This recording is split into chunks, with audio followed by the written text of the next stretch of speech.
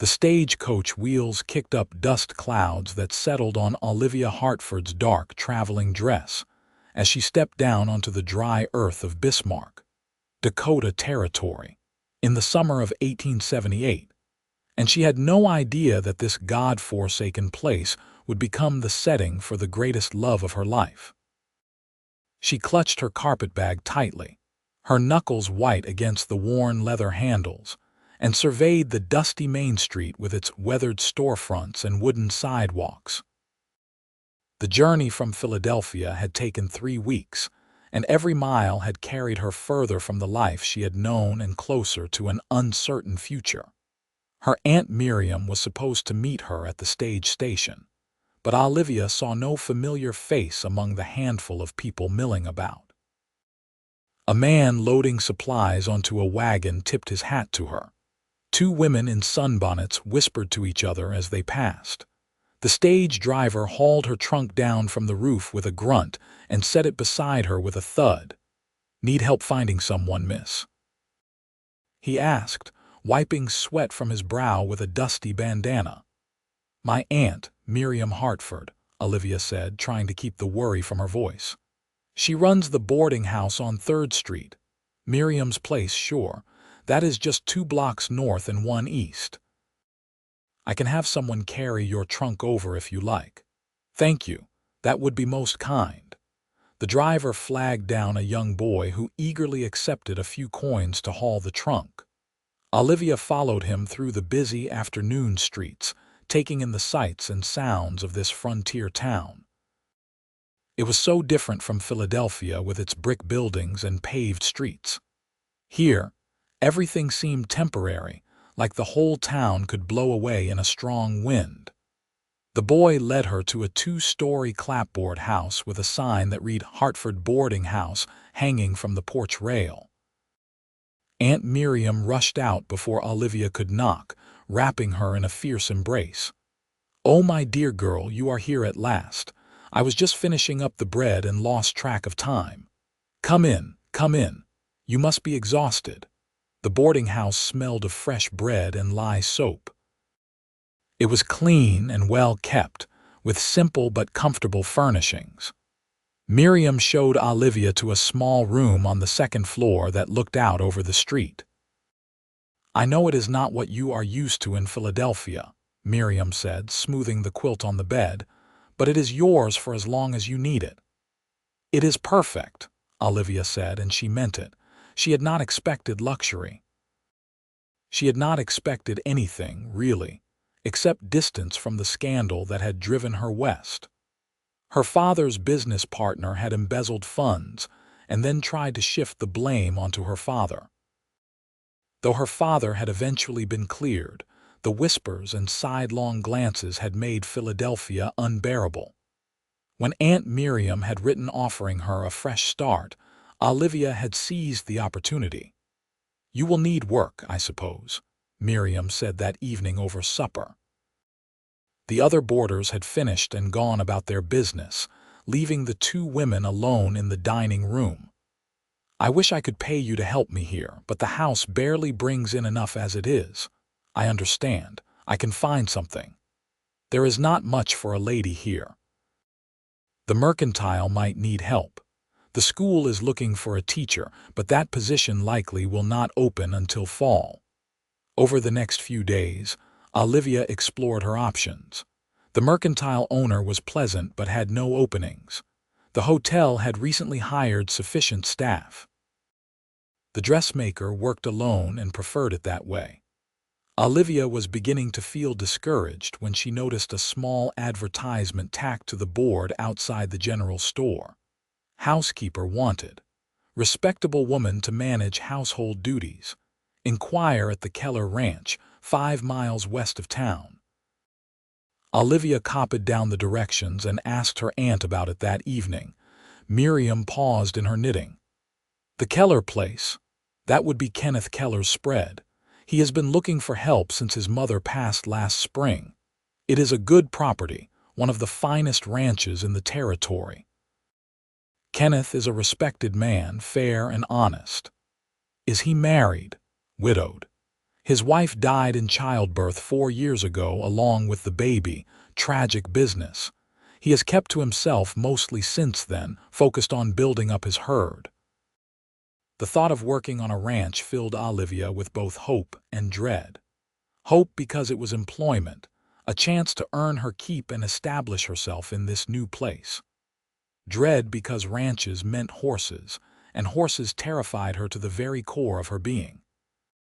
She had been 7 years old when a runaway carriage horse had trampled a vendor on a Philadelphia street right before her eyes. The man's screams, the blood, the wild rolling eyes of the panicked animal had burned themselves into her memory. Since then, she could not bear to be near horses. Even the gentle carriage horses that pulled her father's buggy made her hands shake and her heart race. On the journey west, she had ridden inside the stagecoach in a state of barely controlled panic, aware of the horses just beyond the wooden walls. But she needed work. She had some money saved, but it would not last forever. She had to be practical. The next morning, Olivia borrowed Miriam's buggy and driver, a kindly older man named Mr. Peterson who did odd jobs around town. She sat rigid in the seat, her hands clenched in her lap, as the horse pulled them west along the rutted road. Mr. Peterson tried to make conversation, but she could only manage short replies. All her attention was focused on not looking at the horse's broad back, not thinking about its size and strength, not imagining what would happen if it spooked. The Keller ranch appeared as they crested a low rise. It was more substantial than Olivia had expected. A large 2-story house with a wide porch sat amid a cluster of outbuildings. Corrals spread in several directions, and she could see cattle grazing on the grassland beyond. Her stomach clenched when she noticed the horses in one of the corrals, at least a dozen of them. Mr. Peterson pulled up in front of the house. "Shall I wait, miss?" "Yes, please. This should not take long." She climbed down carefully, smoothing her skirts, and approached the porch. Before she could knock, the door opened and a man stepped out. He was tall, well over 6 feet, with broad shoulders and sun-bronzed skin. His dark hair was slightly too long, curling at his collar, and his eyes were a striking blue-gray. He wore work clothes, dusty denim and a plain cotton shirt, but he carried himself with quiet confidence. "Help you, madam." His voice was deep and carried a hint of warmth. "I am Olivia Hartford. I came about the position." His expression shifted to surprise, then assessment. "You came all the way out here alone?" "Mr. Peterson drove me." Kenneth Keller glanced at the buggy, then back at her. "Well, come in then. We can talk inside." The house was well built but clearly lacked a woman's touch. The furniture was good quality but arranged without much thought to comfort or aesthetics. The windows were clean, but the curtains hung crooked. A stack of papers covered one end of the dining table. "I apologize for the state of things," Kenneth said, moving the papers. "That is rather why I need help. I can manage the ranch work, but the house gets away from me. My mother used to handle all this, but since she passed, I have been doing a poor job of keeping up. I am sorry for your loss." "Thank you. Please sit down. Can I get you water?" "Coffee, water would be lovely, thank you." He returned with a glass of cool water from what must have been a spring house or well. She sipped it gratefully. "Tell me about yourself, Miss Hartford," he said, settling into a chair across from her. "You are new to Bismarck." "I arrived 4 days ago from Philadelphia. I am staying with my Aunt Miriam Hartford at her boarding house." "I know Miriam. Good woman. What brings you west?" Olivia had prepared for this question. "My family thought a change of scenery would be beneficial. I wish to see more of the country." It was not entirely a lie.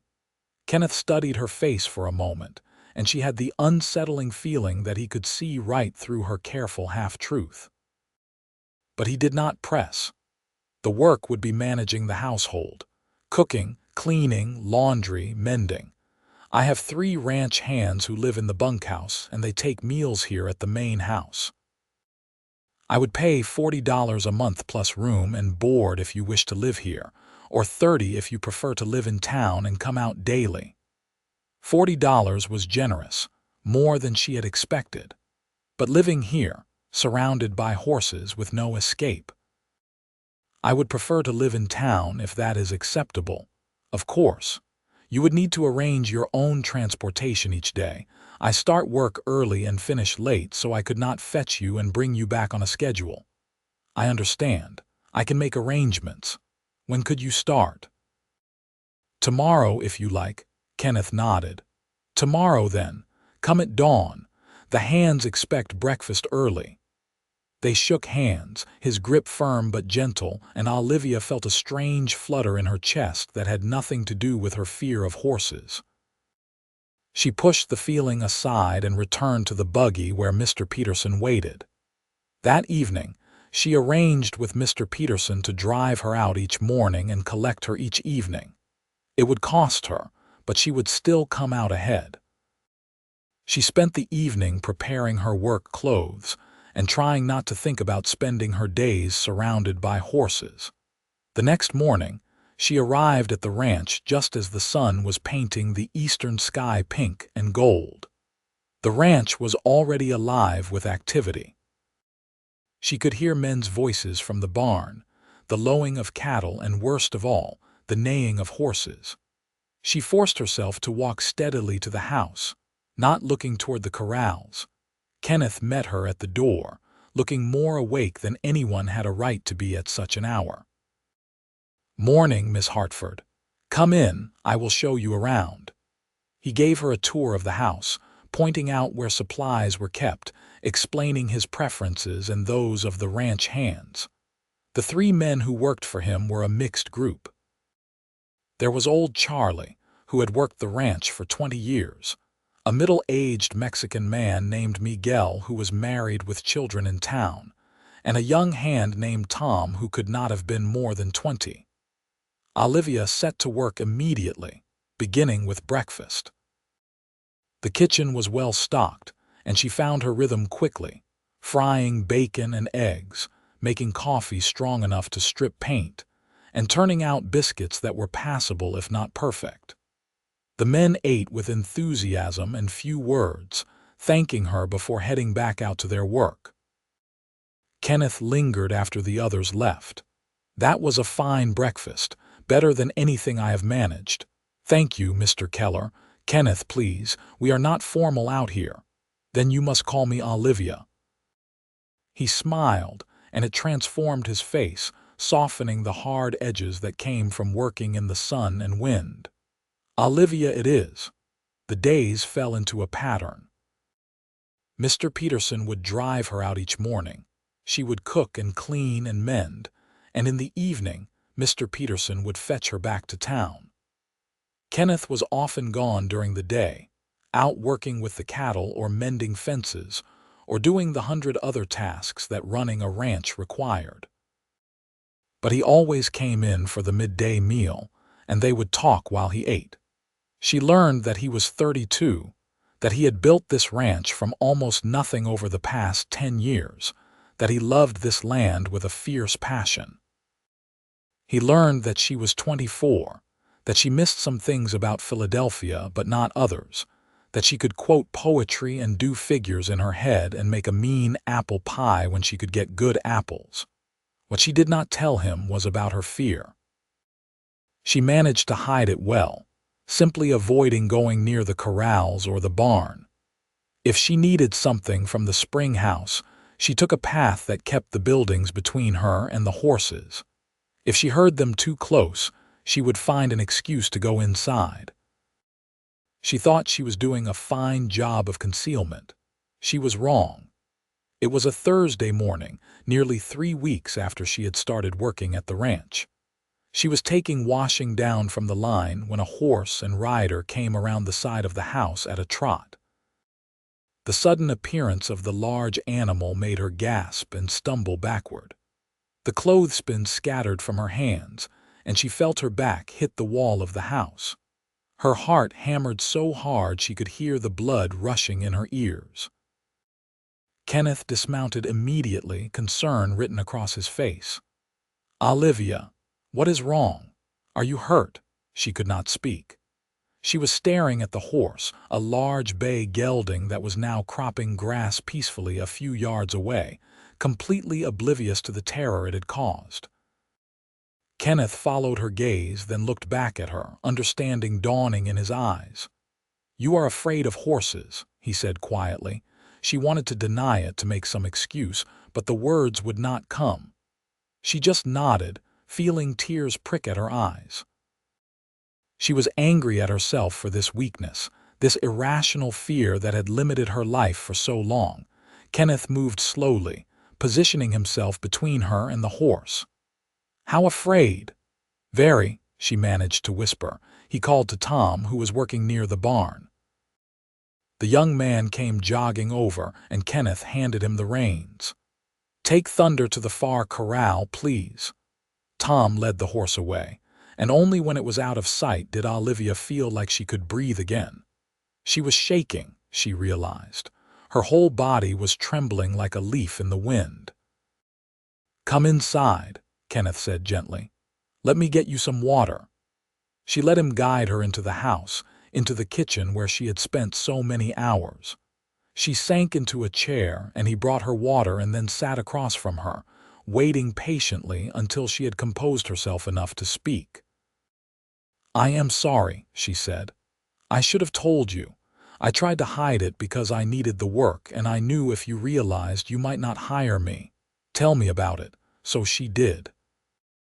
She told him about the accident when she was a child, about the nightmares that had followed, about how the fear had never lessened, but only seemed to grow stronger over the years.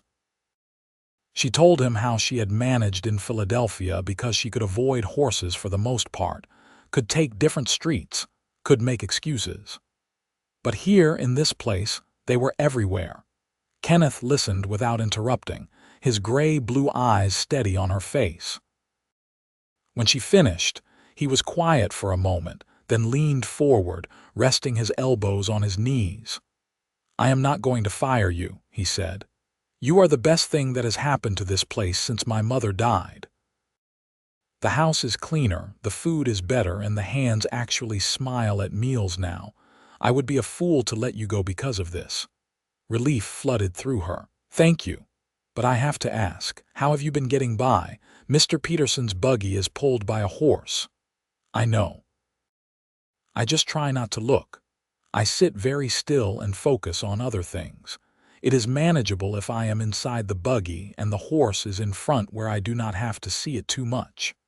Kenneth rubbed his jaw thoughtfully. "The problem is, Mr. Peterson is going to be laid up for a while.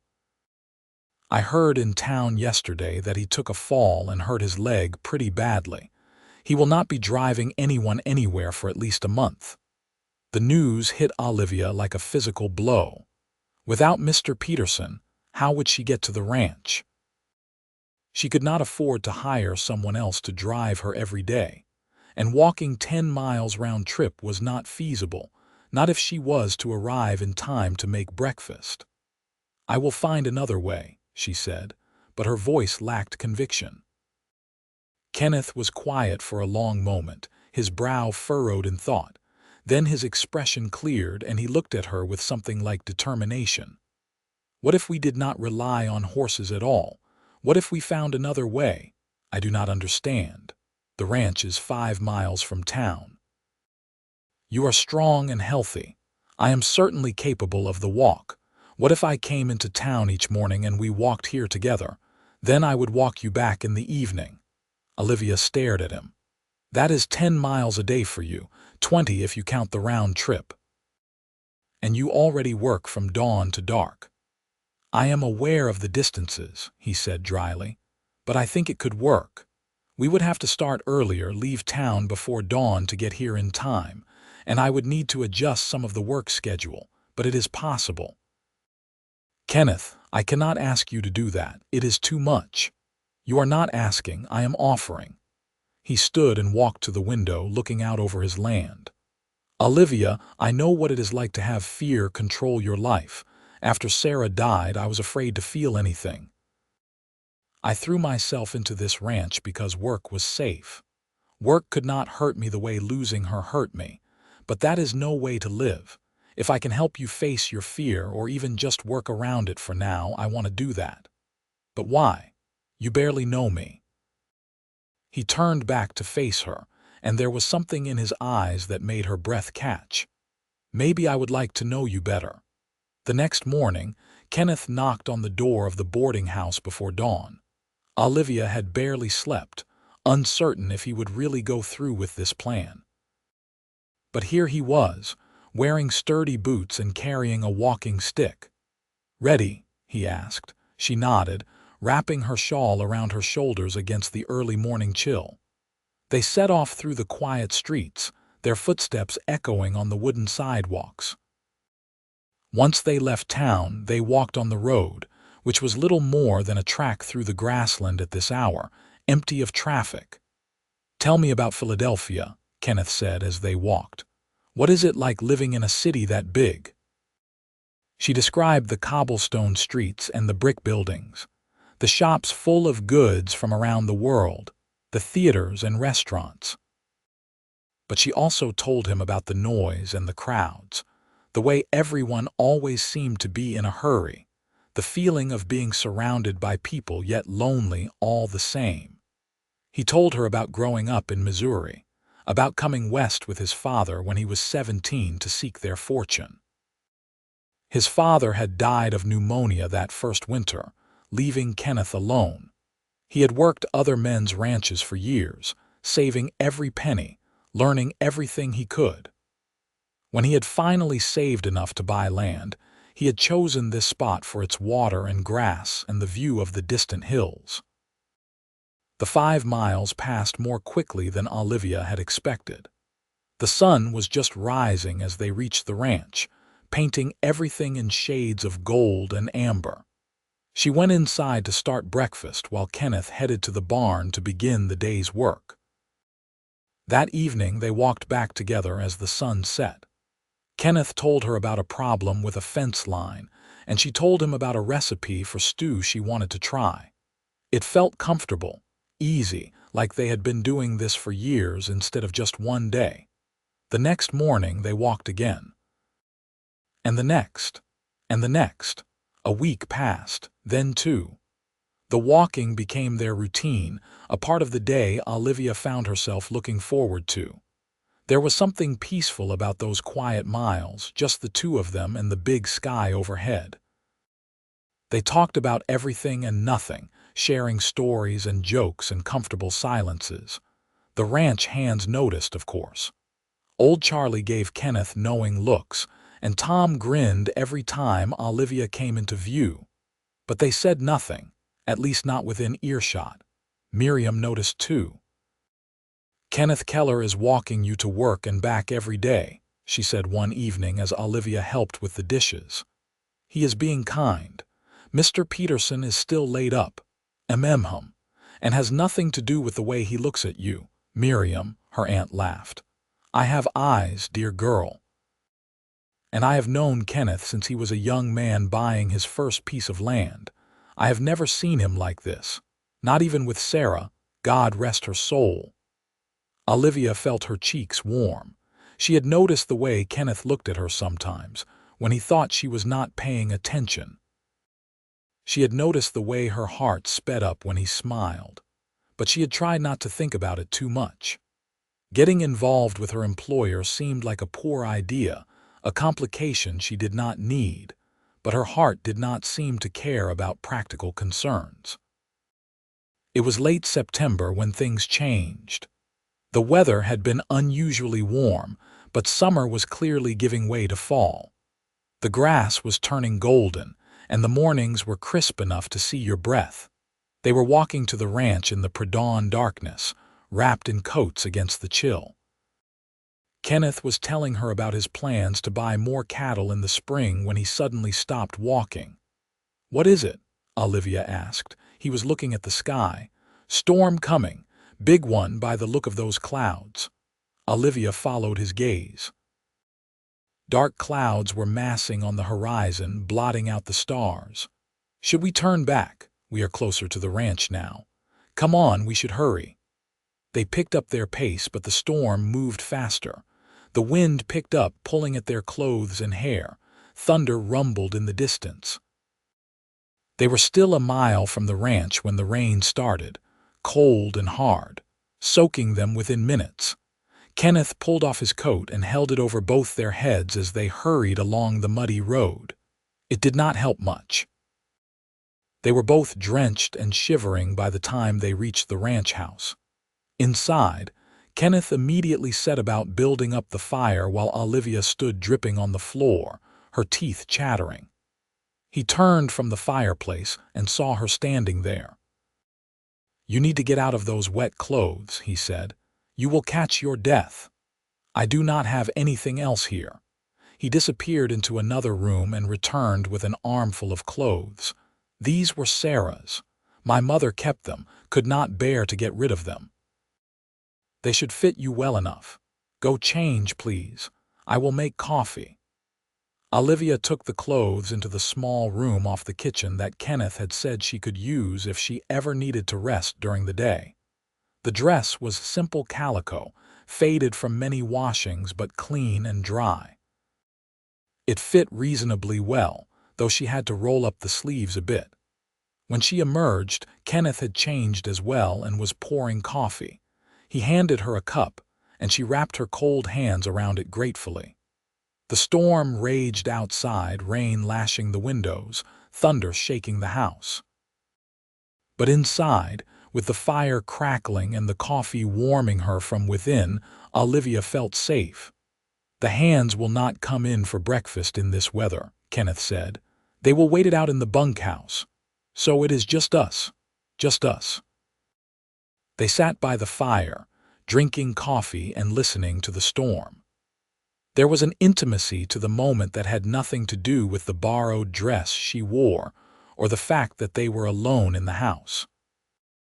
It was the intimacy of shared experience, of trust built over weeks of walking together, talking together, existing in each other's presence. "Olivia," Kenneth said quietly, "I need to tell you something." Her heart began to pound. "Yes." "These past weeks, walking with you, talking with you, they have meant more to me than I can properly express. You have brought light back into my life. The house feels like a home again, not just a building.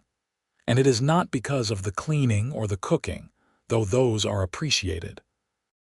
It is because of you, your presence, your laugh, the way you hum while you work, the way you listen when I talk about the ranch."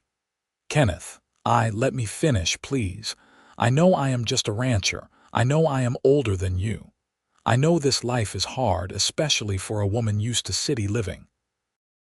But I have to tell you that I have fallen in love with you, completely, entirely. And if there is any chance you might feel the same, I would count myself the most fortunate man alive."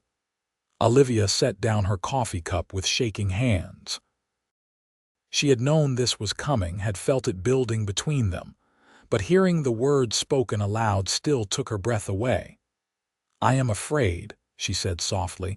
Pain flashed across his face. "I understand. I will not press you. I just needed you to know. No, you do not understand. I am not afraid of you or of this." She gestured between them. "I am afraid of myself, of my own fear. Kenneth, I am terrified of horses. That is not going to change, and horses are your life. They are essential to everything you do here. How can I be part of this world when I cannot bear to be near the animals that make it possible?" Kenneth stood and moved to kneel in front of her chair, taking her hands in his. "Then we will walk everywhere together. I meant what I said before. I do not need you to overcome your fear. I do not need you to change who you are. I just need you to be willing to try, to let me be there for you, to let us figure this out together. But that is not fair to you. You would be limiting yourself because of my weakness.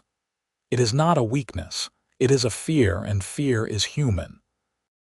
We all have things that frighten us, and as for limiting myself, I would walk every mile of this territory with you if that is what it took." I would give up riding entirely if it meant having you in my life. I could not ask that of you. You are not asking, I am offering. Olivia, I love you. And love means being willing to adjust, to accommodate, to put someone else's needs alongside your own. His eyes searched her face. The question is, do you love me, did she? Her heart already knew the answer. Yes, she whispered. Yes, I love you. His face broke into a smile so bright it rivaled the sun. He leaned forward and kissed her, gentle and sweet, and she felt something inside her shift and settle, like a piece of herself she had not known was missing clicking into place. When they pulled apart, he was still smiling. Marry me. Yes. I am serious, so am I. Yes, Kenneth Keller, I will marry you. He kissed her again, more deeply this time, and the storm outside seemed very far away. They were married 6 weeks later in the small church in Bismarck. Miriam cried happy tears, and the ranch hands stood as witnesses. Olivia wore a dress she had sewn herself from cloth. Kenneth had insisted on buying her from the mercantile, a soft blue that matched her eyes. Kenneth wore a new suit that made him look uncomfortable but handsome. The ceremony was simple, the words traditional. But when Kenneth slipped the gold band onto her finger and promised to love and cherish her all the days of his life, Olivia felt the truth of it down to her bones. This man loved her, fears and all. This man was willing to walk beside her, literally and figuratively, for the rest of their lives. They spent their wedding night at the ranch, in the bedroom that had been Kenneth's alone for so long. He was gentle and patient, and Olivia felt herself falling even more deeply in love with him as the night progressed. This was what she had not known to hope for. A man who saw her, truly saw her, and loved her anyway. The next morning they walked to town together to collect Olivia's belongings from the boarding house. Miriam had packed everything already, tears streaming down her face even as she smiled. "You take care of her," Miriam said to Kenneth. "With my life," he promised. They walked back to the ranch in the afternoon sunshine, Olivia's trunk loaded onto a small wagon that Kenneth pulled behind him. He had insisted on the wagon because otherwise Olivia would have had to ride, and he had meant what he said about walking everywhere. Life on the ranch settled into a new pattern. Olivia managed the house and cooked the meals. Kenneth worked the land and the cattle. And every evening, they would sit together on the porch and watch the sun set over the grassland, talking about their day or simply enjoying the comfortable silence. Olivia still feared horses. She still could not bring herself to go near the corrals when the animals were there. But Kenneth never pushed her. He arranged things so she would not have to be around them. When he needed to ride out to check the far pastures, he would make sure she knew in advance so she could stay inside. When the hands brought horses close to the house, they were careful to give her warning. One evening in November, as the first snow was beginning to fall, Kenneth came in from the barn looking thoughtful. Olivia was kneading bread dough, her hands white with flour. "I have been thinking," he said, leaning against the counter, "about your fear." She stiffened slightly. "What about it?" "I want you to know that I meant what I said. We can walk everywhere together for the rest of our lives if that is what you need. But I have also been wondering if maybe, someday, you might want to try to face that fear. Not because you have to, but because you want to." "I do not think I will ever want to. That is fine. But if you ever do, I will be right there with you, every step of the way." Olivia considered his words as she shaped the dough into loaves. The truth was, sometimes she did wish she could overcome her fear. She wished she could ride beside Kenneth when he went out to check the herd. She wished she could travel more easily, not having to walk everywhere or ride in enclosed buggies. She wished she could be free of this terror that had controlled her for so long. "If I wanted to try," she said slowly, "how would we even begin?" Kenneth straightened, hope lighting his eyes. "We would start very small. Maybe just being in the same space as a horse with me between you and it. We would go at your pace, only as fast as you felt comfortable. And we would stop any time you needed to. I do not know if I can. You do not have to decide now. Just know the offer is there. Winter set in hard and fast. The walks to and from town became impossible in the deep snow and bitter cold, so Olivia stayed at the ranch full time. Miriam visited when the weather allowed, bringing news from town and packages of supplies. The ranch hands came in for meals, stamping snow from their boots and grateful for hot food and warm coffee. Kenneth was attentive and loving, and Olivia found herself happier than she had ever been. Yes, she was isolated. Yes, the work was hard. Yes, the winters were brutal. But she had Kenneth, and that made everything worthwhile. It was a particularly cold February morning when Olivia woke feeling strange. She had been tired lately, more tired than usual, and certain smells made her stomach turn. When she mentioned it to Kenneth, he looked at her with dawning wonder. "Olivia, is it possible you might be expecting?" The thought had crossed her mind, but she had been afraid to hope. "I do not know. Maybe."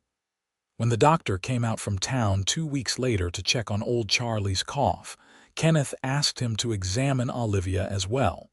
The doctor confirmed what they had both begun to suspect. Olivia was going to have a baby, likely in August. Kenneth was overjoyed. He kept touching her face, her hair, her still flat stomach, as if he could not quite believe it was real. "A baby," he kept saying. "We are going to have a baby." That evening he held her close on the sofa in front of the fire. "I know I lost Sarah and the baby before," he said quietly.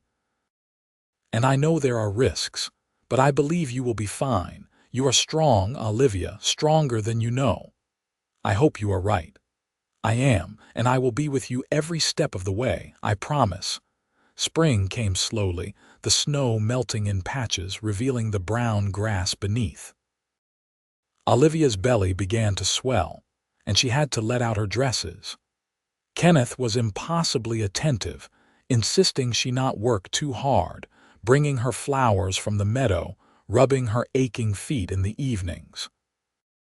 One warm April afternoon, Olivia was hanging laundry when she heard a commotion from the corrals. One of the horses had gotten out somehow and was trotting loose around the yard. The ranch hands were trying to catch it, but it kept evading them, tossing its head and prancing. Olivia froze, clothespins falling from her hands.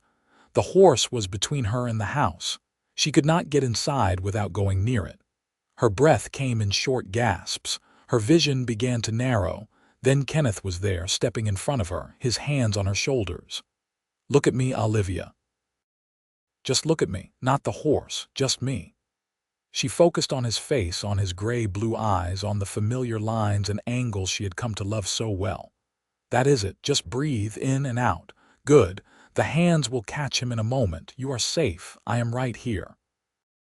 True to his word, Tom managed to grab the horse's halter and let it away. But Olivia was still shaking, still breathing too fast. "I am so tired of being afraid," she said, and there were tears on her face now. "I am so tired of this fear controlling me." Kenneth pulled her into his arms, holding her as she cried. When her tears finally subsided, he pulled back to look at her. "You want to try?" he asked gently. "To face it?" She thought about the baby growing inside her. She thought about her child growing up, watching its mother cower and shake. She thought about all the ways her fear had limited her life. And she thought about Kenneth, who had been so patient, so understanding, but who also believed she was stronger than she knew. "Yes," she said. "Yes, I want to try." They started the next day. Kenneth brought out the gentlest horse on the ranch, an old mare named Daisy who was so calm she was almost asleep on her feet. He kept Daisy on the far side of the corral while Olivia stood at the fence, Kenneth beside her. "She is not going to hurt you," Kenneth said. "She is 20 years old and has never spooked at anything in her life. Right now, She is just standing there, probably wondering when she can go back to eating grass. Olivia gripped the fence rail, her knuckles white. She could feel her heart pounding, could feel the panic rising. But Kenneth was there, his presence solid and calming. "Tell me what you are feeling," he said, terrified. "My heart is racing. I feel like I am going to be sick."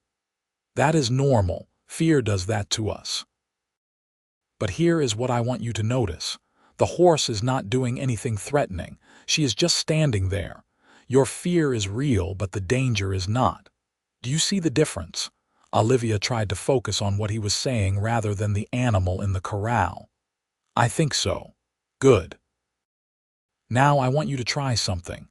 Take a deep breath, hold it for a count of 4, then let it out slowly. Can you do that?" She did as he instructed. Once, then again, then a third time. Her heartbeat began to slow slightly. "Better?" Kenneth asked. "A little." "That is good. That is progress. Now we are going to leave. We are not going to push any further today. You stood at the fence with a horse in the corral and you controlled your breathing. That is a victory." Over the following weeks, they repeated the exercise. Each day, Olivia would stand at the fence while Daisy stood in the corral. Kenneth was always beside her, guiding her breathing, reminding her that she was safe. Gradually, incrementally, Olivia could feel her panic lessening. Not gone, not by a long way, but less overwhelming. In May, Kenneth suggested the next step. "I think you are ready to be in the corral with Daisy and me." "I do not know. I will be holding Daisy the entire time. She will not come near you unless you say it is okay, and we can stop whenever you want." It took Olivia 20 minutes of standing outside the corral, breathing deeply and trying to gather her courage, before she could bring herself to open the gate and step inside. Kenneth was on the far side, holding Daisy's lead rope. The mare did not even turn her head. "You are doing so well," Kenneth said. So well. Just stand there for now. Get used to being in the same space." Olivia stood rigid, every muscle tense, ready to bolt. But Kenneth kept talking in that calm, steady voice, and slowly, she began to relax. Just a little. They repeated this exercise for days, then weeks. Each time, Olivia would step into the corral and stand there while Kenneth held Daisy. Sometimes she could only bear it for a few minutes. Sometimes she could stay for longer. Kenneth never rushed her, never expressed frustration at the slow pace. Olivia's belly continued to grow. By June, she was obviously pregnant, and the doctor said everything was progressing normally. She found herself slowing down, needing more rest, but she continued her daily sessions with Daisy. It had become important to her now, this challenge she had set herself. She wanted to conquer this fear, or at least make peace with it. Before her baby arrived in early July, Kenneth suggested she try touching Daisy. "Just her shoulder. I will be right here holding her. You can reach out and touch her, then step back." Olivia stared at the horse's broad back, at the muscles moving beneath the hide. Her hand shook as she lifted it. "You do not have to," Kenneth reminded her. "I want to." She reached out, and her fingertips brushed Daisy's shoulder. The mare's coat was warm and surprisingly soft. Daisy did not react at all, just stood there peacefully chewing on the bit. Olivia snatched her hand back, her heart racing, but she had done it. She had touched a horse. Kenneth was grinning at her. "That was incredible. You are incredible." She touched Daisy again the next day, and the day after that. Each time became a little easier. By the end of July, she could stand beside Daisy and stroke her neck without feeling like she was going to collapse. "I am so proud of you," Kenneth said one evening as they sat on the porch watching the stars come out. "You have come so far. I could not have done it without you." "Yes, you could have, but I am honored I could be part of it." Olivia went into labor on a hot August afternoon. Kenneth sent Tom riding hard for the doctor while he stayed with Olivia, holding her hand, wiping her forehead with cool water, murmuring encouragement. The labor was long and difficult. Olivia could see the fear in Kenneth's eyes, knew he was remembering Sarah. But he never left her side, never stopped supporting her. And when the sun rose on a new morning, their son was born, squalling and red-faced and perfect. A boy, the doctor said, handing the baby to Olivia. A healthy boy. Kenneth had tears streaming down his face. He touched the baby's tiny hand with one finger, and the infant gripped it tightly. "What should we name him?" Olivia asked. "What about William? After your father, William Keller, I like it. They called him Will from the start." He was a good baby, healthy and strong, with Kenneth's blue-gray eyes and Olivia's dark hair. Kenneth was besotted, spending every spare moment holding his son, talking to him, showing him the ranch that would one day be his. Olivia healed well from the birth, and by September she was feeling strong again. One warm afternoon, she bundled Will up and carried him out to the corral where Kenneth was working with Daisy. "I want to try something," she said. "What is that?" "I want to try sitting on her." "Just sitting, nothing more, but I want to do it." Kenneth's eyes widened. "Are you sure?" "No, but I want to try anyway." He brought over a mounting block and held Daisy steady. Olivia handed Will to old Charlie, who had been watching with interest. Then she approached the horse. Her heart was pounding. Her hands were shaking. But she thought about all the progress she had made, all the times she had pushed through her fear. She thought about Kenneth's faith in her, about little Will watching from Charlie's arms, about the woman she wanted to be. She put her foot on the mounting block. Kenneth held out his hand and she took it. Then, moving slowly and carefully, she swung her leg over Daisy's back and sat in the saddle for a moment. The panic was overwhelming. She was so high up and Daisy was so large, and what if she bolted? What if she reared? What if— "Breathe," Kenneth said firmly. "Look at me, Olivia, right at me. Breathe." She focused on his face, on his steady gaze, on the love and pride she saw there. Her breathing slowed. Her heartbeat settled. And she realized something extraordinary. She was sitting on a horse, and she was not dying. She was not in danger. She was simply sitting on a very old, very gentle mare who was more interested in the grass at her feet than anything else. "I am doing it," she whispered. "Kenneth, I am doing it." You are doing it." His voice was thick with emotion. She sat there for maybe 2 minutes before the fear started to become too much and she needed to get down. But it did not matter. She had done it. She had faced her greatest fear and survived. Kenneth helped her down, and the moment her feet touched the ground, he wrapped her in his arms and kissed her thoroughly. Old Charlie whooped, and Will made a gurgling sound that might have been approval. "I am so proud of you," Kenneth said against her hair. "So incredibly proud." That evening they sat on the porch as they did every night, Will asleep in Olivia's arms.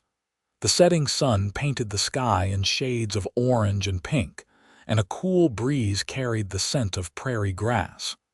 "You think I will ever be able to truly ride?" Olivia asked. "Not just sit on a horse, but actually ride one." "I think you can do anything you set your mind to," Kenneth said. "But there is no rush. We have all the time in the world." "I like the sound of that. All the time in the world." He took her hand, lacing his fingers through hers. "I love you, Olivia Keller." "I love you too." Over the following months and years, Olivia continued to work with Daisy. She progressed to sitting on the horse while Kenneth led her around the corral. Then, one memorable day when Will was 2 years old, she rode Daisy all by herself. Just a slow walk around the corral, but it was riding nonetheless. She never became a confident horsewoman. She never would truly enjoy it the way Kenneth did. But she had made peace with her fear, had learned to manage it, and that was victory enough. The ranch prospered.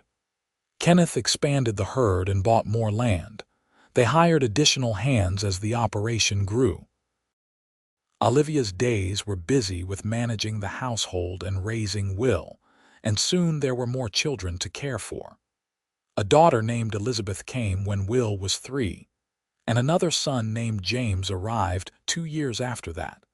The house was full of noise and laughter and love. The children grew up riding horses before they could properly walk, something that still occasionally made Olivia nervous, but that she had learned to accept. Kenneth remained as devoted a husband as he had been in those early days, and Olivia loved him more with each passing year. On their 10th wedding anniversary, Kenneth surprised her with a trip to Bismarck. They left the children with Miriam, who was delighted to have them, and spent the day in town like they had not done in years. They had dinner at the hotel restaurant, and afterward, Kenneth led her to the church where they had been married. "I wanted to bring you here," he said, "because I want to renew the vows I made to you 10 years ago.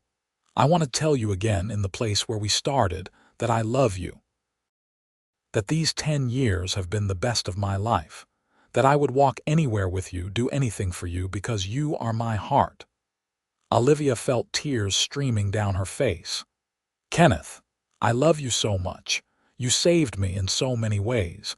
You believed in me when I did not believe in myself. You were patient and kind and strong, and you showed me that love is not about changing who you are but about being accepted for who you are."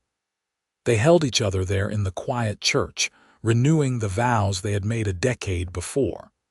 When they finally pulled apart, Kenneth was smiling. "Come on, Mrs. Keller. Let us go home." They walked through the darkening streets of Bismarck, hand in hand, just as they had walked those miles between town and ranch so many times before. They collected the children from Miriam's house, the 3 little ones sleepy and happy. And then Kenneth carried Will while Olivia carried Elizabeth, with James walking between them holding both their hands. They could have taken a wagon. Kenneth could have brought horses to ride. But they walked, as they always had, as they always would, because that was their promise to each other. We will walk everywhere together. The years continued to pass. The children grew tall and strong. Will showed a natural aptitude for ranch work and loved the land as much as his father did. Elizabeth was clever and quick, always with her nose in a book. James was the gentle one, more interested in animals than cattle management, dreaming of being a veterinarian. When Will was 18, Kenneth began teaching him the business side of the ranch, preparing to pass the operation down when the time came. Elizabeth headed off to the new state teachers' college, determined to get an education.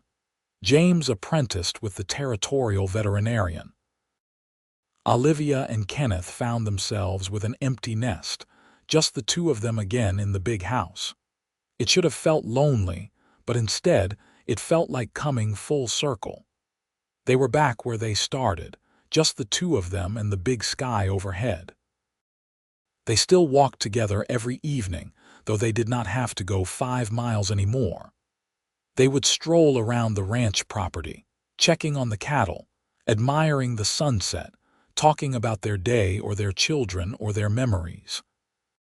Sometimes they would stop at the corral where Daisy had once stood, though the old mare had died peacefully several years before. "You remember when I told you I was afraid of horses?" Olivia asked one evening as they stood at that corral fence. "Of course I do. And I remember what I said in return. Then we will walk everywhere together. You kept that promise. It was an easy promise to keep. Walking with you has been the greatest joy of my life." Olivia leaned her head on his shoulder. They were both older now, their hair streaked with gray, their faces lined from years in the sun. But Kenneth was still the man she had fallen in love with all those years ago. Still strong, still kind, still hers. "Thank you," she said softly. "For what? For seeing me. For loving me. For giving me the space to face my fears in my own time. For building this life with me." Kenneth turned and took her face in his hands, looking at her with those gray-blue eyes that still made her heart skip. "Olivia Keller, You are the best thing that ever happened to me. These 40 years have been a gift. Every single day with you has been a gift." They kissed there in the fading light, two people who had chosen each other and chosen love every single day for decades. It was not always easy. Ranch life never was. There had been droughts and harsh winters and sick cattle and money troubles. But they had faced it all together, walking side by side, and that had made all the difference. The children came home for Christmas that year, bringing with them a new generation. Will had married a rancher's daughter from the next county and had 2 children of his own now. Elizabeth had found love with a banker in Bismarck and was expecting her first child. James was still single but happy in his work. The house was full again, bursting with family and noise and celebration. Olivia cooked an enormous Christmas dinner while Kenneth played with his grandchildren. She watched him from the kitchen window, saw him laughing as he chased a squealing toddler around the yard, and her heart swelled with love and gratitude. That evening, after everyone had gone to bed, she and Kenneth sat before the fire just as they had done that stormy morning so many years ago when he had first told her he loved her. "We have had a good life," Kenneth said, reaching for her hand. "The best life," Olivia agreed. "Do you have any regrets?" She thought about it seriously. "No, not a single one. Everything I have been through, every fear I have faced led me here to you in this life. How could I regret any of it? I love you, Olivia Hartford Keller." "And I love you, Kenneth Keller, always and forever." They sat together in the firelight, hands clasped, hearts intertwined. Outside, snow began to fall softly, blanketing the ranch in white. The cattle were safe in the barn. The horses were warm in their stalls. The children and grandchildren were sleeping upstairs. All was well in the world. Olivia thought back to that frightened young woman who had stepped off the stagecoach in Bismarck all those years ago, running from scandal and shame, carrying a fear that had controlled her life. She thought about the rancher who had offered her work despite the isolation of his life. She thought about those long walks in the pre-dawn darkness, the conversations that had built a foundation of friendship and trust. She thought about fear and love and courage and choice. And she knew with absolute certainty that she would choose this life, this man, this journey over and over again. 1,000 times over, in every lifetime, Kenneth stirred beside her. "What are you thinking about? Us. How lucky I am, how grateful. I am the lucky one. We both are." He leaned over and kissed her gently. "Come on, let us go to bed. Tomorrow is Christmas and those grandchildren will be up before dawn." They banked the fire and climbed the stairs together, still holding hands just as they had always done. In their bedroom, they prepared for sleep with the comfortable ease of long practice. Kenneth helped Olivia with the buttons on her dress that her aging fingers sometimes struggled with. She helped him remove his boots. They lay down in their bed, the same bed they had shared for 40 years, and Kenneth pulled her close. She rested her head on his chest, listening to the steady beat of his heart, feeling the rise and fall of his breathing. "Good night, my love," he whispered into her hair. "Good night," she whispered back. And there, surrounded by family and love and the life they had built together, Olivia Hartford Keller drifted off to sleep. She dreamed of walking hand in hand with her husband across the prairie, the grass golden in the sun, the sky stretching endlessly overhead. They were young again in the dream, with their whole lives ahead of them, ready to face whatever came next, together. Always together. In the morning, Christmas dawned bright and clear. The children and grandchildren filled the house with joy and celebration. There were presents and laughter, and a feast that took Olivia most of the day to prepare, with Elizabeth and Will's wife helping. Kenneth carved the turkey and told stories that made everyone laugh. Late in the afternoon, when the little ones were napping and the adults were lingering over coffee and pie, Will stood and cleared his throat. "I have an announcement," he said. "Father, Mother, I have been thinking about this for a while, and I wanted to wait until we were all together to tell you. I know you have been talking about slowing down, about not working the ranch so hard, so I want you to know that I am ready. Ready to take over the operation fully if you will trust me with it." Kenneth looked at Olivia and she nodded slightly. They had discussed this, had known this day was coming. "Son," Kenneth said, his voice thick with emotion, "there is no one I trust more. This ranch has been my life's work, but it is time for it to be yours now. Your mother and I are not going anywhere, but yes, it is time for you to take the lead." Will's face broke into a wide smile. "Thank you. I promise I will take good care of it. I know you will." That evening, after everyone had left, Kenneth and Olivia sat on the porch despite the cold. They were bundled in blankets, watching the stars come out. "How do you feel about that?" Olivia asked. "About passing the ranch to Will, relieved if I am honest. I am 72 years old. It is time to rest. We are going to have so much time now. What shall we do with it?" Kenneth pulled her closer. "I thought we might travel a bit, see some of the territory, visit Elizabeth in Bismarck more often, spend time with the grandchildren, and walk." "We will walk everywhere, just like we always have." Olivia smiled. "That sounds perfect." They spent the following years doing exactly that. With Will running the ranch, Kenneth and Olivia were free to come and go as they pleased. They visited Elizabeth and met her children. They took a trip to Missouri to see where Kenneth had grown up. They even went to Philadelphia so Kenneth could see where Olivia had spent her youth. But they always came back to the ranch, to the home they had built together. The wide open spaces called to them, the big sky and the endless grass. This was where they belonged, where they had found each other and built their life. Olivia was 75 when she fell ill.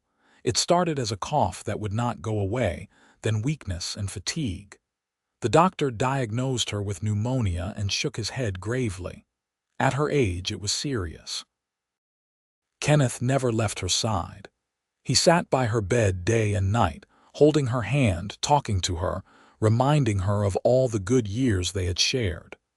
The children came and the grandchildren, and the house was once again full of family. But Olivia could feel herself fading. Her body was tired, ready to rest. She had lived a long and full life, had loved and been loved, had raised children and faced fears and built something beautiful. She was at peace. On a quiet spring morning, with Kenneth holding her hand and sunlight streaming through the window, Olivia Hartford Keller took her last breath. She went gently, with a slight smile on her face, as if she saw something beautiful waiting for her. Kenneth sat there for a long time, holding her hand even after it had grown cold. Tears streamed down his face, but they were not just tears of grief. They were tears of gratitude for the life they had shared, for every walk they had taken together, for every sunrise and sunset, for every challenge overcome and joy celebrated. "Thank you," he whispered to her still form. "Thank you for everything." They buried her on the ranch, on a small rise that overlooked the grassland she had come to love. The whole community turned out for the funeral. Olivia had touched many lives in her years there, had been respected and loved for her kindness and her courage. Kenneth visited her grave every day, walking out in the morning and again in the evening. He would tell her about his day, about the grandchildren, about how the ranch was doing. Sometimes he would just sit there in silence, feeling close to her still. He lived another 3 years without her.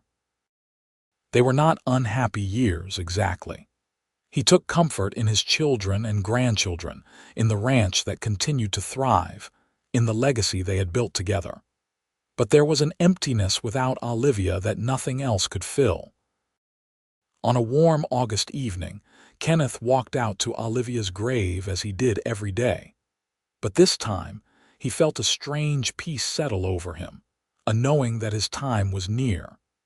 He sat down in the grass beside her headstone and looked out over the land they had loved. "I am coming, Olivia," he said quietly. "I will be there soon, and we will walk together again." That night, Kenneth Keller died peacefully in his sleep. The doctors said his heart simply gave out, but his family knew better. He had died of love, of a heart that was ready to be reunited with its other half. They buried him beside Olivia, just as he had requested. The two headstones stood side by side on that rise overlooking the grassland. Kenneth Keller, beloved husband and father. Olivia Hartford Keller, beloved wife and mother. The ranch passed to Will and eventually to his children after him. The Keller name remained on that land for generations, a testament to what Kenneth and Olivia had built. And sometimes, on quiet evenings when the light was just right, people claimed they could see two figures walking together across the prairie, hand in hand, heading into the sunset. The children and grandchildren would smile when they heard these stories. They knew it was just fancy, just the play of light and shadow. But they also knew that if any two souls would find each other beyond death, would walk together through eternity, it would be Kenneth and Olivia Keller. Their love story became legend in Bismarck, passed down through generations. The woman who was afraid of horses and the rancher who walked everywhere with her, who built a life on patience and understanding and unwavering devotion. Young couples would visit their graves, hoping some of that enduring love would bless their own marriages. The ranch itself became a symbol of what love could build. The house Kenneth had constructed with his own hands, that Olivia had turned into a home, still stood strong and welcoming. The corrals where Olivia had faced her deepest fear, where she had learned that courage was not the absence of fear but moving forward despite it, remained in use.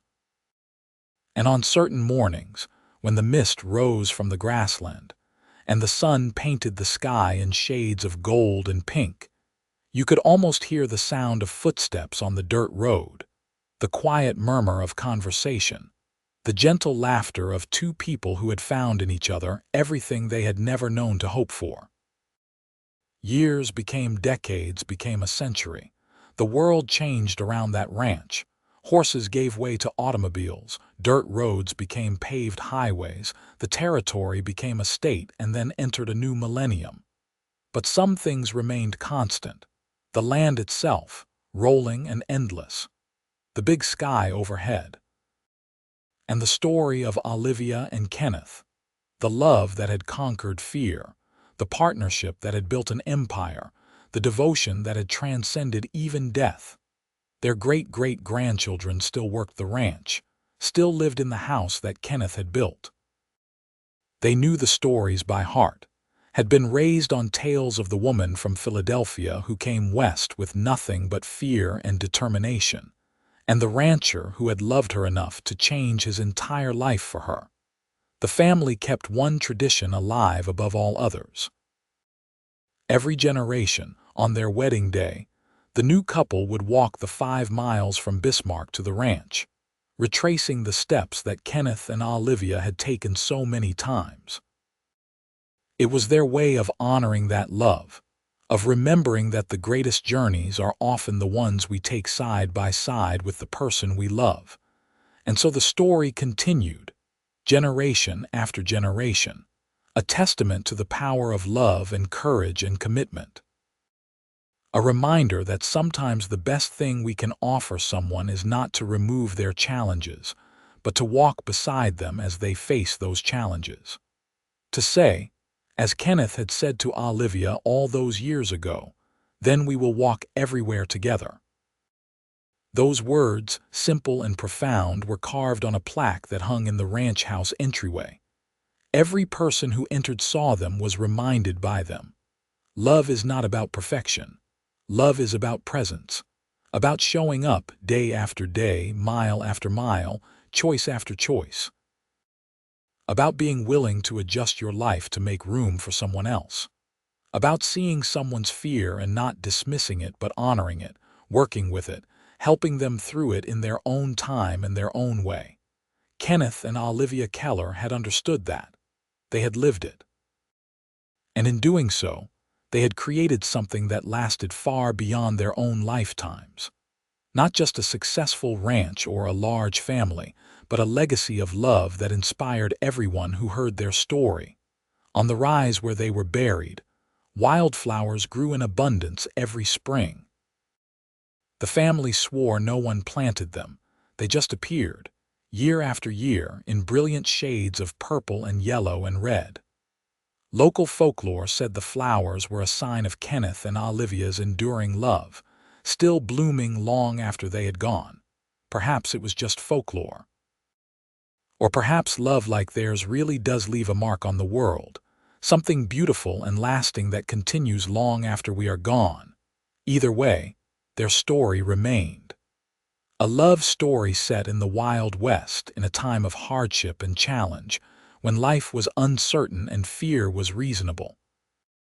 But it was also a story of hope, of two people who chose each other every single day, who built something beautiful out of patience and understanding and unwavering commitment. It was a story that reminded people of what matters most. Not wealth or status or even conquering our fears entirely, but love, connection, partnership, the simple act of walking beside someone through life, whatever that may bring. And it all started with a frightened woman admitting her greatest fear and a rancher making a promise that changed both their lives forever. Then we will walk everywhere together. 5 words that became a foundation, a philosophy, a love story for the ages. Kenneth and Olivia Keller had walked together through life, and somewhere, somehow, they were walking still.